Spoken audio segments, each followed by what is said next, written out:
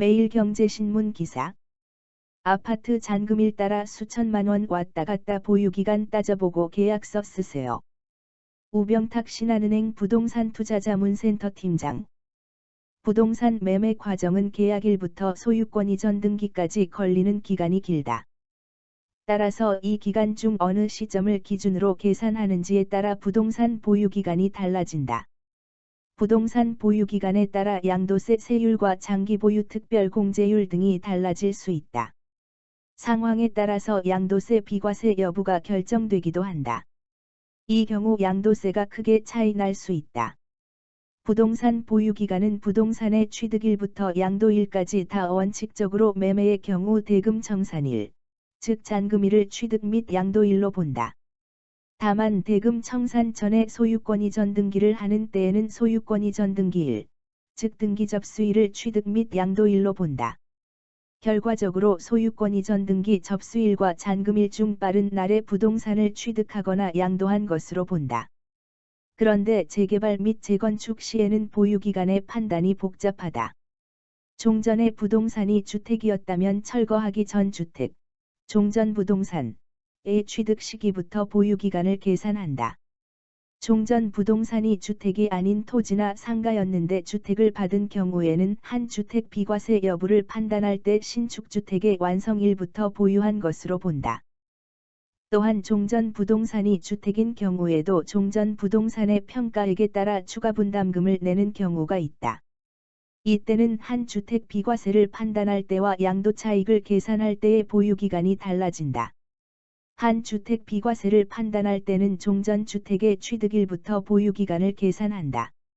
하지만 양도차익을 계산할 때는 종전 주택의 금액 범위까지는 종전 주택의 취득일부터 보유기간을 계산하고 청산금을 납부한 부분은 권리변환일, 사업시행인가일 또는 관리처분인가일부터 보유기간을 계산한다. 달라지는 보유기간에 따라 장기보유 특별공제율이 달라진다. 그리고 이에 따라 양도세도 달라지게 된다. 부동산을 상속으로 취득한 경우에도 보유기간의 계산이 복잡하다. 원칙은 상속 개시일, 즉 피상속인의 사망일부터 계산한다. 다만 상속인과 피상속인이 동일 가구원일 때는 전 소유자, 피상속인과 현 소유자, 상속인의 소유기간을 통산한다. 즉 돌아가신 분의 취득일부터 보유기간을 계산한다.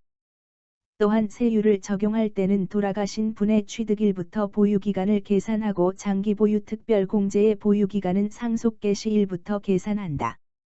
상속과는 달리 증여로 받은 경우에는 가구 구분과 상관없이 증여받은 날, 즉 증여등기 접수일부터 계산한다.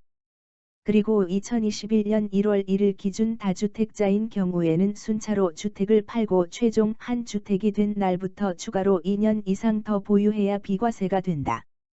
만약 최종 한 주택을 2018년 8월 2일 이후 조정 대상 지역으로 지정된 곳에서 산 경우라면 새로 2년 이상 거주해야 비과세가 된다. 결국 취득의 형태, 물건의 종류, 가구 구분 등에 따라 보유기간의 계산은 그때그때 다르다. 따라서 부동산을 양도할 때는 보유기간에 따른 세금을 꼼꼼히 따져보고 파악하는 것이 중요하다. 부동산 매매계약은 계약일부터 잔금까지 수개월이 소요된다. 결과적으로 매매계약서를 작성할 때 각자의 자금 사정에 따라 날짜를 조율하게 된다.